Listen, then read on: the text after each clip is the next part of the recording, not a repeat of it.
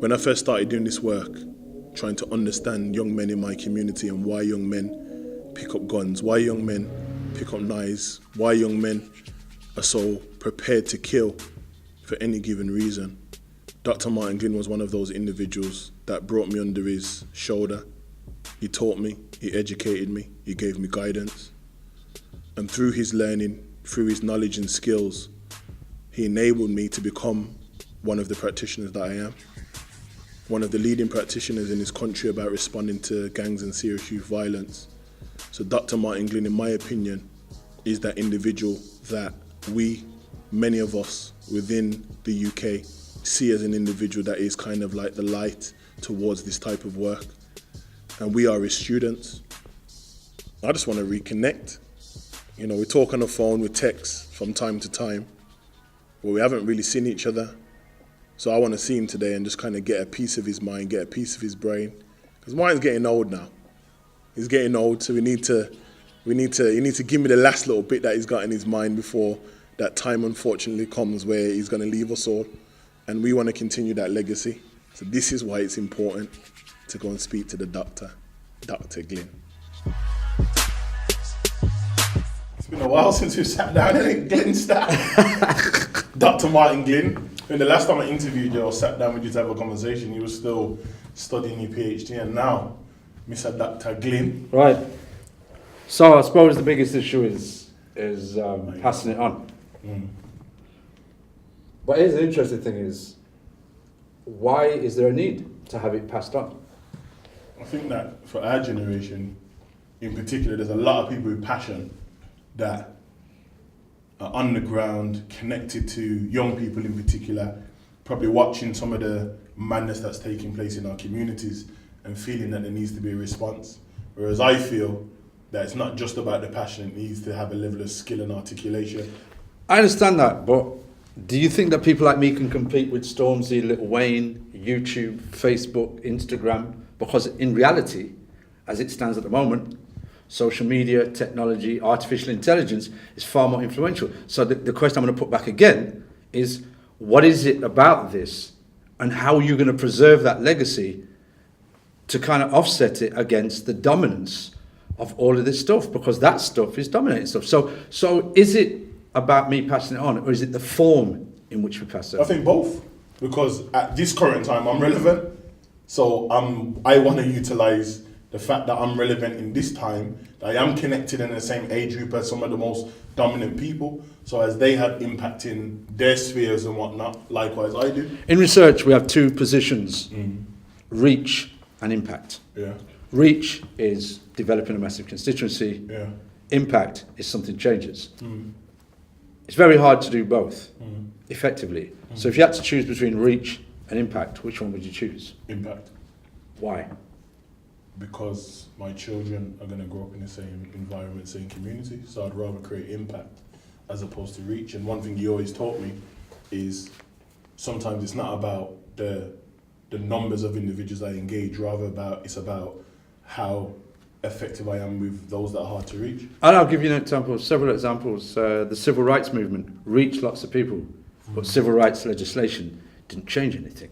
Millions of us buy hip hop, but yet we still have a president in the White House that excludes many, many different cultures and groups. So we have to chart a path towards impact. To have impact means that we've got to be creative, we've got to be politicized, but we've actually got to be more inclusive than exclusive. Because I think traditionally, people that create impact come from a very exclusive background. But if you look at the road, if you look at the community, if you look at prisons, where there's a massive amount of community out there, part of what we've got to do is how do we unify the difference? So we have to be committed to impact. We know how to reach. You know, when you put a tweet out there, it just goes into the atmosphere. Instagram, WhatsApp. We know we can reach, but we don't know we can impact. So in some respects, the question is... So that's why, but that's what I'm saying on that for me, is why it needs to be passed on, because then it's the how. What is the key? What is the element that enables us that have reach to make impact? Because as you know, violence has always been an issue. Statistics are going up, and we know that we're still out there reaching. A lot of people say, yo, Craig, you're doing really well, you're reaching the youths. But I ask a different question, and again, it goes back to what you told me, but am I creating impact?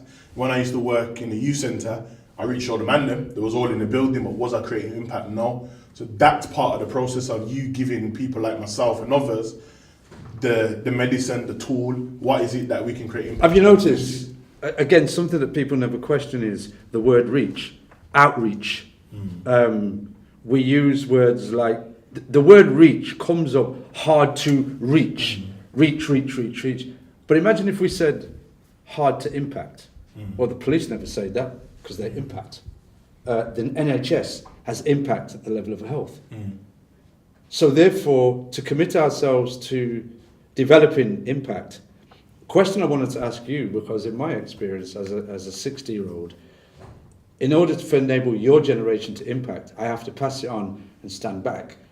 How do you address those people who feel, because of their age and experience, block the progress of your generation because they themselves have been blocked, and until they experience some euphoric moment? So what advice would you give to my generation who could pass it on but won't until they feel that they're where they want to be? My advice probably wouldn't be for them. My advice would be probably more so for the individuals that are trying to make it happen. And one thing I've always learned from you, people like Ray, Kemi, Cheryl, and the list goes on, is stay in my lane. And one thing that I know is that when I stay in my lane, the reach and the impact comes naturally. So those individuals that are in those positions, they have to talk to me anyway. They have to bring me around the table. They have to have a conversation with me. Therefore, I know that by staying in my lane is going to bring that energy towards me anyway. And I would say that we always look at catalysts for change, but I would say that there's two areas where to get the most impact is required. One is to develop change agents, people who are the agents of change. And the second thing is to do that through what I call thought leadership. It's cognitive. Change the way a generation thinks and let them act differently. Yeah. So if you're a thought leader and you galvanize what people think and you change the way they think, you then become the agent of change. So in some respects, you're like the intellectual equivalent or the community equivalent of an accountant. When an accountant moves to another company, they take their clients with them. All you've got to do is bring your constituency to a new level of awareness. That is not difficult if you use history, politics. But to do that, the relationship between passing it on, how it's passed on, it's a two-way reciprocated process. You have to tell me how you want to receive it for me to let it go. And I think that's always worked. I think in terms of how, and if I think of all my journey from when I first became a youth worker, and in terms of my development and progress now, I have to say that it's men like you that have allowed us to come through, to learn and to do things our own way. And you did do that step back and allow us to be like, you know what, do your thing, how you getting on. And now I need you at a time again, now when I'm again wanting to level up in terms of my academia, so it becomes important in terms of that relationship. Which means one of the key things with impact is evaluation. So within the corporate world and public services, we have what's called impact evaluation. So the difference between when we reach people, you go out and you meet people. Now, with impact, it has to be measured. It has to be looked critically at to know that the kind of impact you're having is what you set out to do in the first place. Because social media has impact. The television has impact. But that undermines other types of impact, emotional, psychological, cultural. So in some respects, part of what my generation has to do is assist you in evaluating the impact you're having without expecting you to do it. And I think that for me, what's important is that around the issue of intergenerational practice, this is where the generations have to meet and stay together in the middle before they move off. Because traditionally, I'd pass it on to you, you'd go and do whatever. Now, there's a life raft, and we've got to stay on the life raft together until sufficient time, the impact has happened, then you get off, and then you're there by yourself. So in some respects, as Malcolm X used to say, this is a new day, this is a new Negro. But if you put it in a modern sense, this is a new era, and we have to approach what we do in a new and improved way, but informed by something that goes back 40,000 years, I agree. which is between older and younger. But my generation has to accept the fact to stop getting caught up in they need change in their lifetime. It's never going to happen in my time. It never will. But providing I've passed it on and you run with it. So to move it from reach to impact, that's where we need to So be. what is the advice then that you would give to a man like me? It's no different. going forward? I know that when we first met, symbolically you was always hungry and you fed that hunger. All I would say is, don't stop being hungry. That's the basic. Because once you're hungry, you'll act. If you got no gas in your house in winter, what do? You'll go out there and do anything to make sure you don't get cold. So the only advice I can give to you is don't stop being hungry. Because the moment you stop hungry, you're saying you're well fed. And when you're well fed and everybody's starving, that's when you know you've got a problem. And you'll have no impact because you've eaten and we're still waiting for you to feed us. Look at children, you look at animals, they have little children, they'll have their cubs or whatever and they feed. And once they feed, they grow up and they go about their business. So in some respects, you just got not to lose the hunger and the passion and the drive and determination. But, as you and I both know, all they have to do to a man like yourself is give you a bigger job, more budget, underfunded, and your hunger disappears, which is about status.